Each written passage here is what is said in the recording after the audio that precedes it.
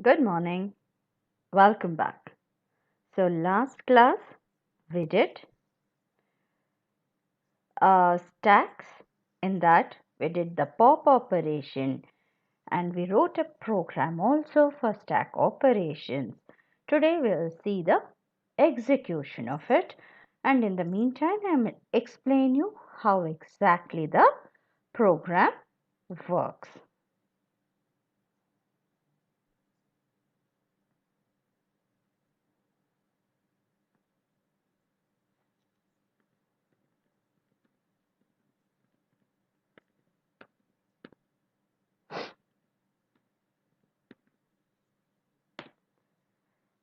So, I have stack operations. What are the stack operations I would be doing here is to push in an element, pop out an element. Push is nothing but insertion of an element. Pop is nothing but deletion of an element, and I will print, display the elements, and then I would give an option to the user to exit. Fine, that is not a stack operation, like you can exit from the program, which is a choice given to the user. So hash include statements. Yes, we know by this time what are hash include statements. To include header files and process.h, I'm going to use, I need it for my exit function, which I'm going to use. And then ctype.h, I would be using a function called to lower, which would convert whatever character passed to it to the lower case. So since I am using that, which happens to be a built-in function, I'll be including the file ctype.h. And then class is a keyword. Stack is a name of the class. Again, stack I have given name. And then in the private section in the class, you have private, public, and protected. All these are access specifiers, right? Which will say where you can use that. Like where these data which falls under that, whether it's data members or member functions, where it can be accessible to have access restrictions, we use access specifiers. So I have in the private section, I have data members, that is all are of type integer. One is an array s of size. What is size here? 5. So it will be nothing but s of 5. It can store 5 elements. Maximum of 5 elements. Minimum can be less than that. 5, 0 to 5. Any number you can store. The maximum is 5, and top is an integer I and ELE. These are the data members of the class defined in the private section of the class. When I say private, it is not accessible outside, does not get inherited. It is accessible only to the member functions declared in the class. It can be also accessed by uh, friend functions, but I don't have any friend functions here. All are member functions. So data members declared here in the class are accessible by the member functions of the class. What are the member functions I have? One, I have stack, which is the same name as the class name. And then so since it's a constructor, it does not have a return type. And then I have void push and int item. What is this called? What is this? This is nothing but the function declaration, which states that push is a function which does not return any value, and to which we are going to pass an integer value from the calling function. That is, when the function is called, we are going to pass an integer argument to it. And then pop and print do not return any value, and there are no arguments passed to it. So these are the three member functions of the class stack, and these are the function declarations. Since I have not defined it, in other words, I have not written the body of it, it means that I would be writing it outside the class, that is declaring the function inside the class and writing the defining it, or writing definition of it or defining it outside the class. So I have terminated the class with a semicolon. You need to terminate a class with a semicolon. If you forget to do that, you get lot of errors when you execute it because of just one semicolon. So please do pay attention because every semicolon matters. Then how do I write it? How do I write the functions declared inside the class, outside? Written type of the function, name of the class to which it belongs to, scope resolution operator, and name of the function with an argument list if any. But since stack does not have any written type, I will start with the class to which it belongs to. It belongs to stack because you can see here on the screen I have declared it inside stack. So in the public section also the constructor should always be declared in the public section of the class. So stack, and then I have stack. So this is the function, and there are no arguments there in the declaration. So there will be no arguments in the definition also. And what am I doing here?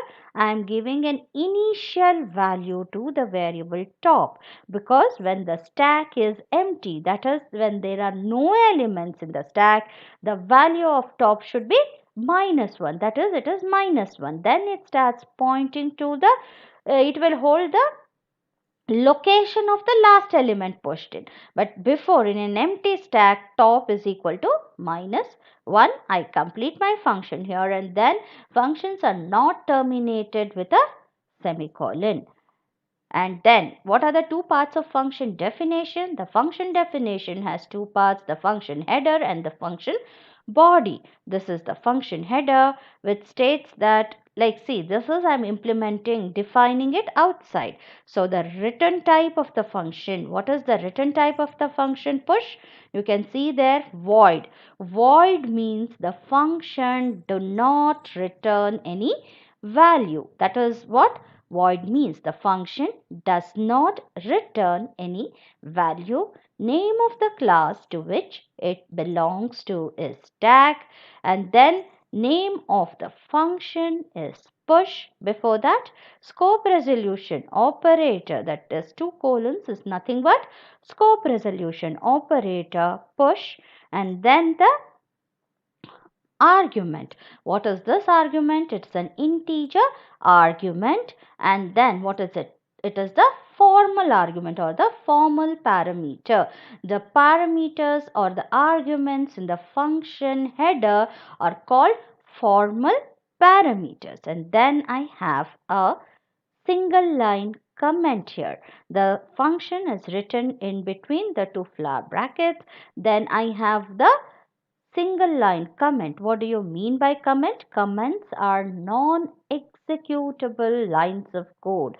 That is, when I run this, it does not get executed, which increases the readability of your source code. Because I am showing you the source code here, it increases or improves the readability of it. Because when I say if top is equal to size -1, when you read the statement about that, that is, check for stack overflow condition. So you will know actually what the code is doing or why I have written that code. It is always a good programming practice to put comments wherever necessary so that somebody else apart from you goes through your code. They should be able to understand what each part of your code is doing. Fine. So since it is non-executable, you don't have to worry about the case, the semicolon, the comma or anything.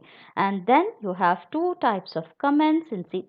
One is single line and one is multiple line comments. Hash and star, star and hash. It ends with that is multiple line, and double slashes is nothing but single line comment. Check for stack overflow condition. You are checking for the overflow condition whenever you're pushing an element or inserting an element into the stack. You need to check for the overflow condition.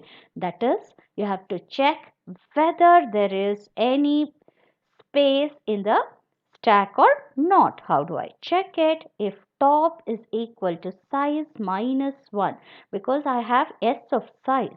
Size minus 1 because 0 to size minus 1 would be that many elements. Here the size is 5, right? I have declared size is 5 here. So 0 to 4, that is size minus 1 is nothing but 4. 0 to 4 is 5 elements. So when if top is pointing to the last element stack full overflow, that is you're going to print this message to the user that the stack is full and you don't have any place to any more space to push in an element into the stack. Return. Fine. And then even if it is single line, make sure you put brackets because it is always good that you will know where your if starts and ends, where your function you have to put a bracket for if it's only one line you can write, you need not write, but always make it a practice to put proper brackets wherein you will know like what comes under if, what is outside if. So when you debug it, it becomes very easy. Fine. And then else. So if and else, I'm writing if this is not true, means that if there is still more space in my um, stack to push in an element, then it goes to the else part. So what should I do first? I should increment top by 1, right? Because top has to point to a vacant location.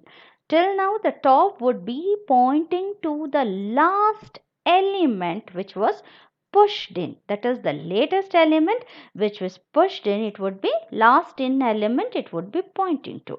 So if you need to make top plus plus because it needs to point to a location which is blank, right? Then otherwise you will overwrite it. How do you do that? Top plus plus will increment top by 1. Top plus plus is nothing but top is equal to top plus 1. After that, yes of top. So at the top location in is equal to item. So I have not taken item here. So many would be wondering, since there are no, because I get that doubts. I have seen those doubts where students have posted we have not taken the element anywhere, then how come you are assigning it over there? See, I have passed this element, so I would be taking that value from the user in my calling function and during the function call, that is when I call the push function, I would be passing that as an argument. Since I am passing it as an argument, I need not take that in my function. Getting it? Hopefully you have got it. Then s of top is equal to item, and then I will say C out endl will have a new line. Item without quotes will print the value of the variable item. Whatever the value item holds will be printed here, and then anything in double quotes would be printed as it is successfully pushed. It will show the message to the user that this element is successfully pushed into the stack. Getting it? And then I end my function here because what did I do in push? I checked for the overflow condition. If there is no stack overflow, then I went to the else part, incremented top by 1 and yes of top. Please don't do mistake here. Top plus plus is fine. You're not doing yes of top plus plus. But top plus plus, and if you say top is equal to item, it becomes completely wrong. Yes of top is equal to item. That is, you need to push the element at the location in the stack. So it will be is successfully pushed. After that, I'm going to print function. Print is nothing but it will print the elements of the stack. I'm not popping out the elements here. I'm just printing the elements of the stack. At that, whenever you call that, whatever the elements in the stack, that many elements get printed. So again I have a comment entry which will say that this display stack contents. You are going to display or print the stack contents. Stack contents would be printed as it is, and below that I have written a for loop. Why I have put a for loop? Because my stack can have more than one element, so repetitively or printing it again, it is a repeated action. That is why it should start from I to less than or equal to top. I is equal to 0 because the subscript or the index value starts from 0 until the top, because top would be pointing to the last element, right? So you are going to traverse. I is equal to from 0 to the top location. You are going to print the elements of the stack by incrementing I by 1 in the every iteration of the for loop, and then backslash t will give you the tab spaces between the elements. Otherwise, if it comes as joined, you will not be able to distinguish between the elements in the array or the stack, whatever the output elements I can say. Then I close print function is done. Then pop is nothing but deleting an element from the deleting an element from the stack is nothing but pop, which will take out or extracting an element. So when you do pop, you have to first check for the underflow condition. Underflow is nothing but you are checking first whether there are any elements to delete or pop from the stack or not. Because if there are no elements, if the stack is empty, you will not be able to, like, what will you delete when you don't have anything to delete, right? At least one element should be there. For that reason, check for stack underflow. Whenever you are doing pop, the first thing you need to do is to check for the underflow condition. How do you do that? In an empty stack, top will be equal to -1, right? So if top is double equal to y, relational operator, it will check the LHS is equal to the RHS or not, and depending on that it will give you a true or a false value. So you will check whether top is equal to -1 or not. If top is equal to -1, you are going to print that stack empty underflow. It means that you cannot delete or perform that action because there are no elements in the stack. Then return else. If there are elements in the stack, or if there is one element also in the stack, it can be one or more elements in the stack. What you're going to do, first you need to pop that element or store the element in a variable, and then only you can decrement top. Otherwise you will not be able to get that. So ELE was declared as a data member in the data element in the stack class, and it is of type integer because the element I take out also is of type integer. The data type should match. So ELE is equal to yes of top. Don't put it as top, because if I put it as top, it will give me the location value, not the value stored in that location. So yes of top will give me the data or the value stored in the top location. So yes of top will be stored in the ELE, and then I am going to decrement top so that the next element which has to be deleted would be that one, whatever the top pointing to. Then you're going to print to the user the element popped out of stack, and then the ELE would be printed and you're going to return. So this is the end of my stack operations. Now I have to write main, because until and unless I write main, my program will not execute. To run or execute a program, you need to have main function. Main is a library function. So I will say clear screen, and I have here I will give a choice to the user, like whether he wants to add, print, pop, any number of times he can do, until he says no. I'll allow him, or I give him the choice to do or execute stack operations. Getting it? That is why I am putting it in a while loop. While loop will allow the user, depending on his choice, any number of times he can operate any operation. So ch char ch is equal to y is nothing but declaration and initialization of a variable in one step. I am putting it in single quote because you cannot initiate. Yeah, I'm putting it in a single quote because it is a character. Getting it? And it's a lowercase y.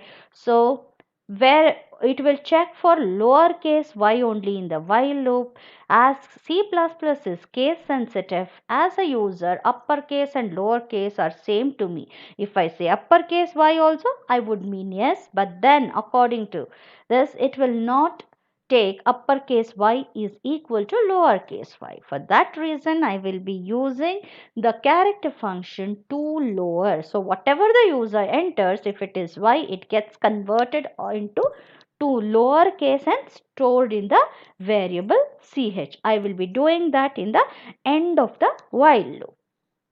So and then I have int item, int choice. So these are two integer variables. You can declare it as int item comma choice also. It's up to you. And then stack space sobj. This is the object creation, because to access the elements of the class as well as to assign or allocate memory for the class, you need to create an object for the class. So when I create this object, the stack function gets executed and the top variable would get assigned with -1 value. So then stack sobj while ch is double equal to y. Here it is single equal to because I am assigning a value. Here it is double equal to because I am comparing. As long as ch is equal to y, execute the while loop. While is a entry control loop. You can see here, before entering the while loop only, you are checking for the condition. That is why it is called entry controlled loop. So if the condition is false to begin with, the loop will not get executed even once.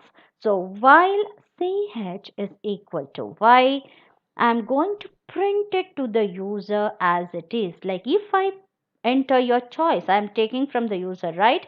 The user should know what are the different choice, or what are the different uh, alternatives available to me, like whether what are the things I can choose from. So the thing is, you need to present it to the user for every iteration of the loop. So I've put that here in the while. If I choose 1, I would be doing the push operation, 2 is for pop operation, 3 is to print the contents of the stack, and 4 is to exit. After that, after printing this, I am asking the user to enter the choice. So 1, 2, 3, 4 are numeric values. That is why I have int choice, integer values. Once the user enters his choice, I will take in. So if as a user I enter 1, then I should call the push function. If I enter 2, I need to call the pop. If I enter 3, I need to call the print. And if I enter 4, I need to exit the application. So there are 4 different choices. So multiple choice, you can use the switch case. Again, switch case, either the case variable should be either a single character or an integer. It does not work for float or range or a string or an expression. It doesn't work. If you want to have that, then you have to use else if else if else if else if, that one. But then since all these are integer values, I can use my switch case. So switch choice is the expression, because choice is the variable I need to pass. Depending on the choice value, I need to execute. Case is a keyword. Space, the first correct value of choice is 1. So if I say 1, I need to have the push operation. Before that, you need to take in the element which has to be pushed. Then you need to pass that as an argument to the function, because in the function I am not taking in any value. I need to pass it during the function call, right? That is why if the case is one, first you need to ask the user to enter the item to be pushed in. Then I am taking in the item and calling the function push using the object, because it is a data member of the class. So in order to access the data it is the member function of the class. In order to access the member function, I need to use the object, provided the member function is declared in the public section of the class. Since I had declared push in the public section, it is accessible outside. So sobj.push, and I am going to pass. See, I am passing item here. This is called the actual parameter. That is the argument in the calling function which is passed during the function call is called the actual parameter. The one in the function header is called the formal parameter. Here the name need not match, but then the data type and the number of arguments and the order of arguments should be same. But here I have given item and item only, but I can give here xyz also, but it does not make any difference. The name of the actual and the formal parameter need not be same, but the data type, the number and the order should be same. So then after calling that, break, because once this is true, I don't have to check for other cases. That is why I have a break there. And if as a user I choose the option 2, then it will call me yes obj dot pop. I don't have to pass any arguments. Then break. If I use the option 3, then I will call yes obj dot print, which would display me the contents of the stack.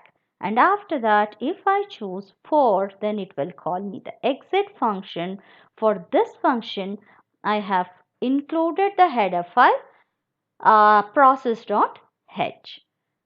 So if I as a user I enter 6, 7, any other number apart from 1, 2, 3, 4, then it's not a valid choice. It goes to the default. If none of this is true, none of the cases is true, it goes to default, and not a valid choice would be printed to the user.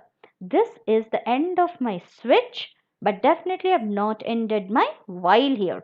Switch is done. While again you are asking the user, do you want to continue? Yes or no? Yes or no? You have to give that option to the user, right? And C in CH, I'm converting whatever the case the user enters, I'm converting it into the lower case and storing it in CH. So this value goes to the while loop header for the next iteration, and if it is true, then it will again print you the following menu and then asks you to enter your choice, and based on your choice it will perform that operation. So this is the end of my program.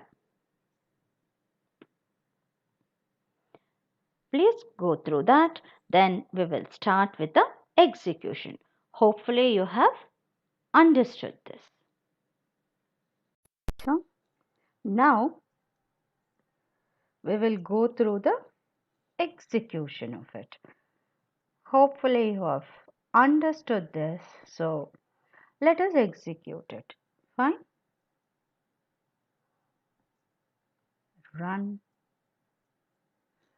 So this is the menu which is displayed. That is, one is push, pop, print, exit. These are the 4 options given to you. Let me push, because an empty stack I cannot pop. Let me try out that. Enter your choice. 2. See, it shows you empty stack underflow, because I am trying to pop out an element before pushing any value into it, right? Any item into it, sorry. Before pushing, I am trying to pop. That is why it is showing me the error empty stack underflow. After that, it is asking me, do you want to continue? Yes or no? Because I would want to, right? Let me say why. So when I say yes, again it shows me the different options, that is push, pop, print and exit. Let me push in. So choice 1, yes, enter the item to be pushed in, because I said choice yes. So let me say I need to push in 90. So it is showing me 90 is successfully pushed in. Do you want to continue? Yes. Enter your choice. Let me make it till overflow, then I'll pop, I'll push, then I'll print you the this thing, so that you will understand every time it need not go to the overflow or the underflow conditions, right? So push, yes, enter your choice 1, enter the element to be pushed in. I will say 80. 8 is successfully pushed in. Let me say yes, I want to continue and I want to print the stack elements. Let me say the option is 3. So the stack elements are 90 and 80, right? So now if I pop out, which element would come? Whether 90 would be popped out or 80. So can you tell me which was the last element which I pushed in? The last element pushed in was 80, because first I entered 90, then I pushed in 80, correct? So do you want to continue? Yes. Now let me pop this thing. So see, 80 is popped out, not 90, because 80 was the last element pushed in. So it would be the first element popped out. So do you want to continue? Yes. Let me go till stack overflow and then I will push out one and push in one. Okay, enter your choice. One item to be pushed in. Let me say 80 only, because I popped it out. Do you want to continue? Yes. I will say enter your choice is 1. Enter the item to be pushed 70. Do you, 70 successfully pushed in. Do you want to continue? Yes. Enter the choice 1. Enter the item to be pushed in 60. Do you want to continue? I will say yes. Enter your choice. Let me say my choice is again 1. Enter the item 50. Do you want to continue? Yes. Enter your choice 1. 40. See, it is showing me stack overflow. Stack is full. So let us see whether 40 got pushed in or not. How will I know that? When I print the stack element. See, I tried to push in 40. It is showing me stack full overflow. So we'll see whether I am able to push in that or not. Do you want to continue? Yes. Now let me print in the elements. See, the elements are 90, 80, 70, 60 and 50. 40 was not pushed in because the stack was full. There was no place in the stack. So now let me see. Do you want to continue? Yes. Enter your choice 2. Let me pop out an element. So which element got popped out? 50. Now we'll see, can I push in? Yeah, enter your choice 1 and let me try to push in 40 now. 40, yes. Let me say 3. You can see the 50 was popped out and then 40 I pushed it. Now if I pop out, which element will it pop out? Whether it will pop out 60, 70, 80 or 90 or 40. So the last element pushed in was 40. So let me say Yes, and enter your choice 2. So 40 was popped out. See, you can see here the last element pushed in would be the first element popped out. Again, I will say we'll go till stack. If I want to delete 90 or pop out 90, I need to pop out 60, 70, 40, 80. Otherwise, I will not be able to pop out 90. Do you want to continue? Yes. 2. 60 got popped out. Yes. 2. 70 got popped out. 80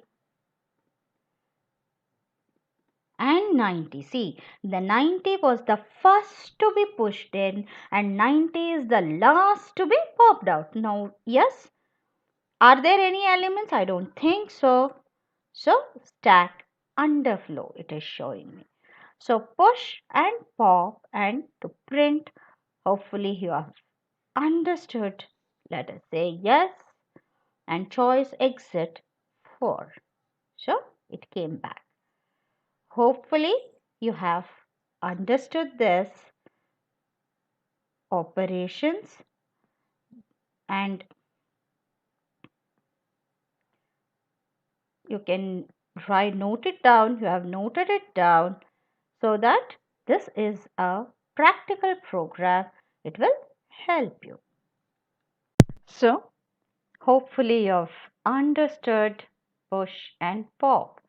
During execution also, like see, when the stack was full, after I popped out one element, I could push in one more, right? So push, pop, and then I displayed. Now we will see peek operation. What is peek?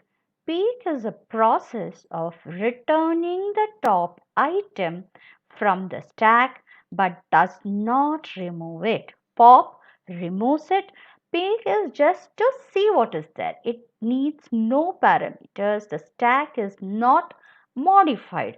Modified means when you pop out an element, it decreases or shrinks by one element, whereas peek is a process of returning the top item from the stack but not to remove it. It needs no parameters.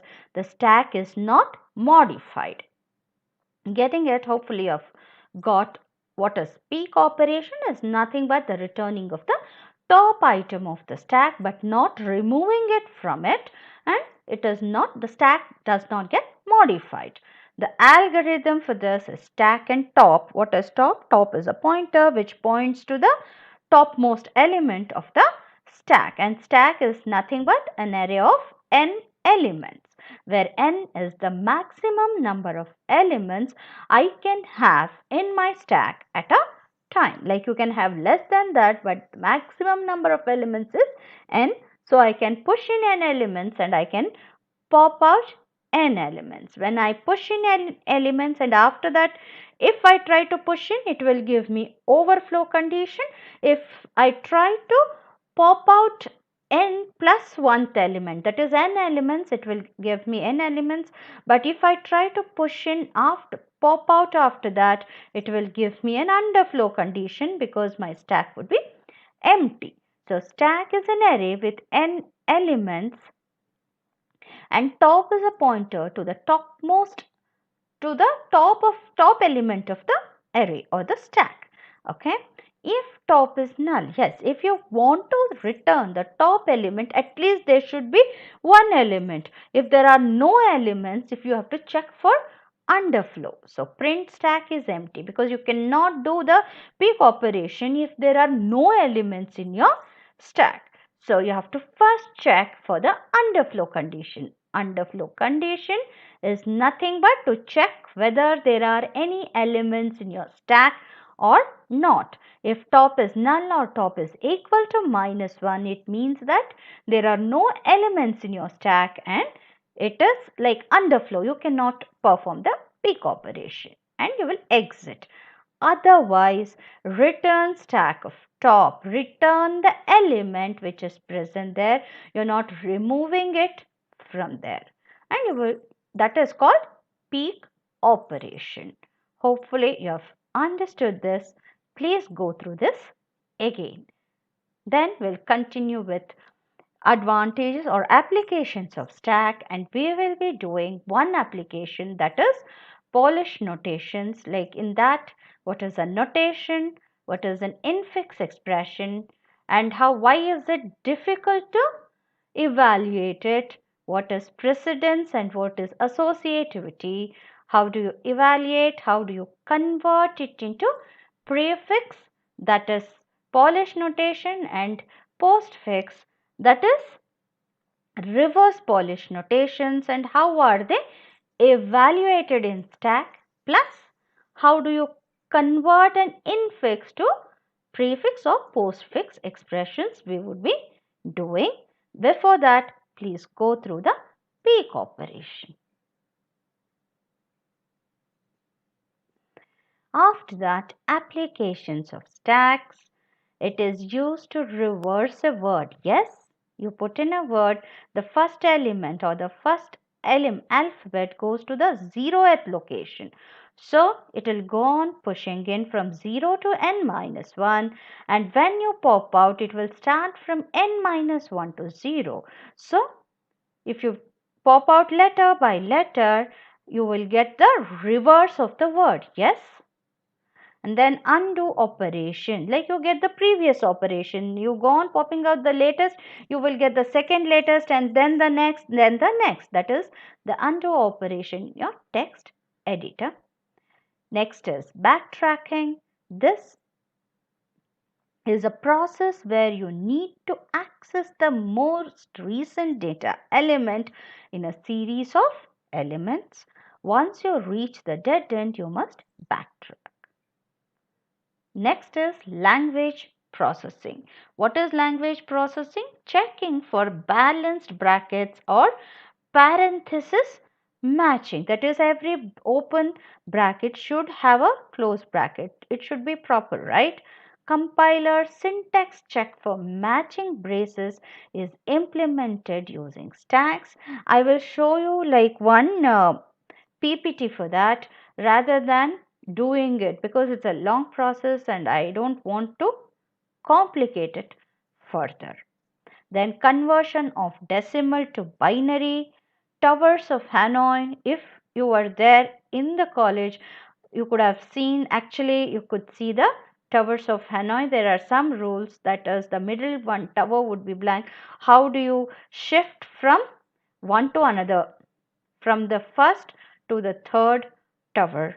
Then conversion of infix expression into prefix and postfix, that we will be doing. I will show you how do you convert. Before that, why we need to convert also I will tell you, and what are notations, and what are infix, prefix and postfix notations, and equivalent of that. Like you, whenever you write anything, an arithmetic expression is known as a notation, right? The way you write an arithmetic expression, that is a plus b, is an arithmetic expression. So the way you write an arithmetic expression is known as a notation. So we'll be doing how do you convert infix notations to prefix and postfix, and why do we need that also I will tell you when we are going to do this one. What is that? Polish notations, which is one of the applications of stack. And runtime memory management, that is during execution, what happens? And then quick sort, like when there is an execution and there is a function call. So after executing the function, the return pointer where it should start continue, where it should continue executing from, that also will be there in stack. Or static variables, the value of that. What is a static variable? The variable which retains its value throughout the execution of your program. And then auto variables or local variables, which will be created during that particular function is executing, and they get destroyed once it goes out of the function. So some of this is stored during runtime, and quick sort is one of the types of sorting. We did insertion sort, so quick, merge, all these are different kinds of sorting. Please have a look These are the applications of stack, and next we'll do polish notations.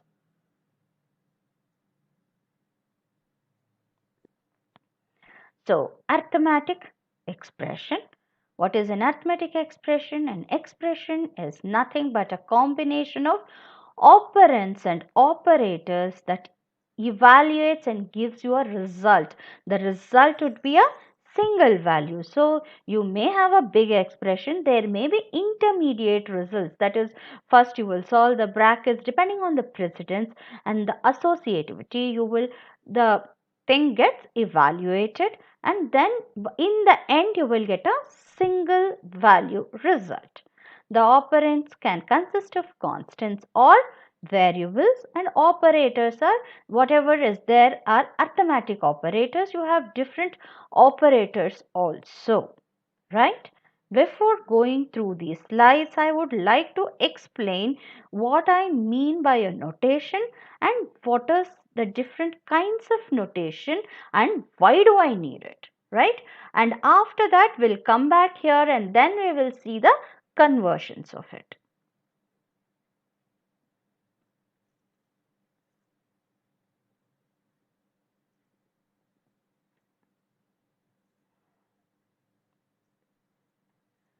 So, the way you write an arithmetic expression is known as a notation.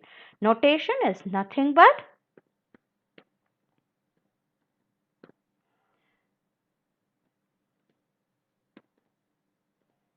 way you write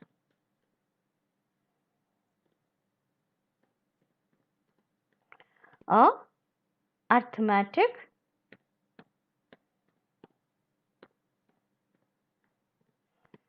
expression. The way you write an arithmetic expression is known as a notation. So, the arithmetic expressions can be written in three different but equivalent notations. What do you mean by equivalent notations? That is, whatever notation I write, I should not change the output of the expression. Whether I write it in infix, postfix or prefix, the output, like after evaluating it, whatever is the output value you get, it should not change. That is what it means. Equivalent, but you can write it in three ways. But then once you evaluate it, the end result should not change. An arithmetic expression can be written in three different but equivalent notations. That is, I can write it in three different ways, but then the value or the essence of it, the output of it should not change, because if it changes then they will not be equivalent, right? So what are those notation? The three different notations are, the first one is infix notation,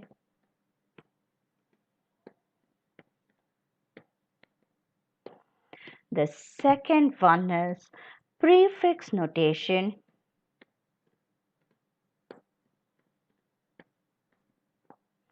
this is also called as polish notation. Polish notation.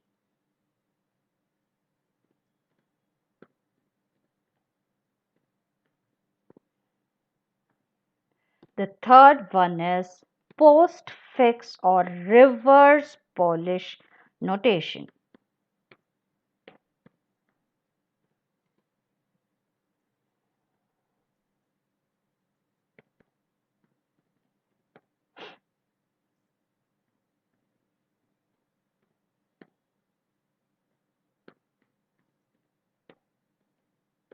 Okay. Notation is the way we write an arithmetic expression. An arithmetic expression can be written in three different ways, that is in infix notation, prefix notation, that is also called as Polish notations, and postfix or reverse Polish notation.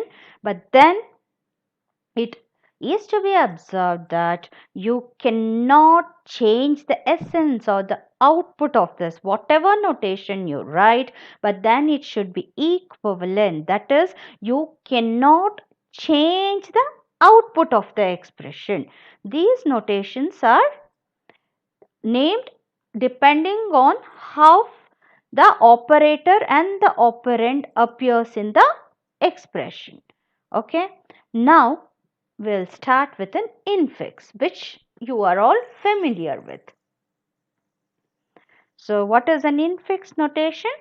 For example, I have A plus B is what an infix. It's an example where A and B are operands and plus is a operator, right? A and B are operands and plus is an operator, where the operators are used in between the operands. Yes, A and B are operands and plus is the operator, where operators are used in between the operands. Such kind of expressions or notation is called infix notations. And for us humans, it is very easy to read, write and speak this notation, but the same thing cannot be said for the computers. When this has to get executed, when you execute this, the executing it on the system is not easy. It takes, the algorithm is very difficult and it takes more time. It is more complex time and space wise. Getting it? The while that is why what the system does is it either converts into a prefix or a postfix notation and evaluates it. Evaluating an infix expression is a tedious task. It is not easy because what are the things, like you need to scan the expression again and again before executing it. So to make it easy for execution in the system, it is either converted into a prefix form, that is Polish notation, or a reverse Polish notation, that is a postfix, and gets executed. Getting it? Infix A plus B.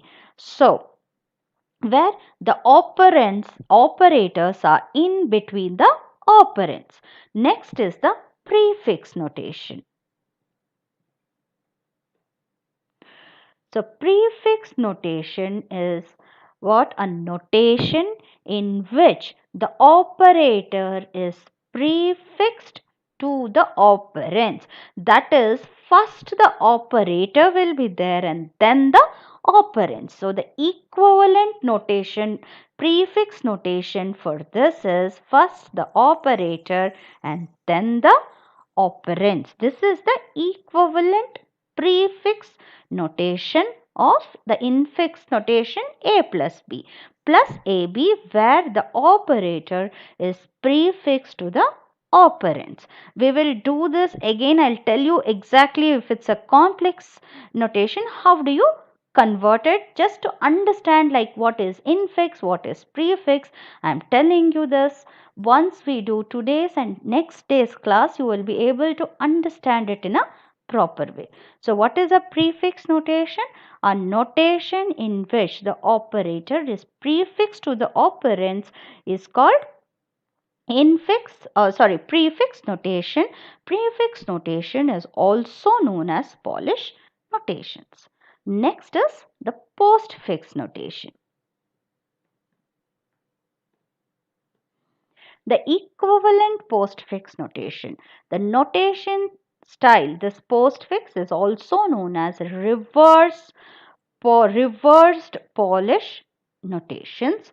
In this notation style, the operator is postfix to the operands.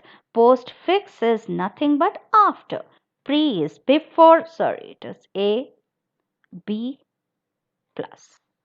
So pre is before and post is after, right? In this notation style, the operator is postfix to the operands. The operator is written after the operands. So A plus B is infix plus AB is the equivalent prefix notation for the infix notation A plus B, and AB plus is the equivalent postfix notation for A plus B plus AB. So these It is not changing. I'm not, when I evaluate with A and B values, it will give me the same output. So these are written in different ways, but they are equivalent to one another. When evaluated with the same values for A and B, it will give you the same output. Getting it? So next class we will start with parsing of expressions and what is precedence, what is associativity, and then we'll solve some conversions of prefix, infix, and from infix to prefix and infix to postfix. So hopefully you've understood today's class. Please make a note of the homework question.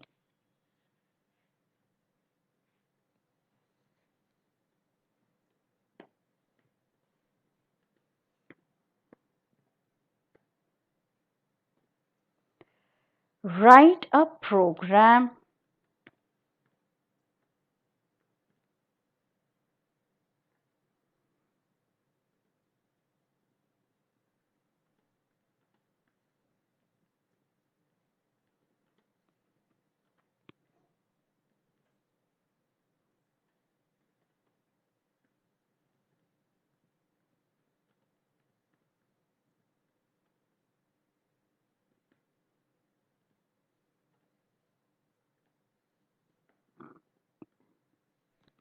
Write a program to perform stack operations.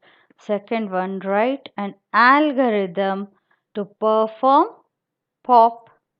Okay, you finished doing that. Write an algorithm to perform peak operation.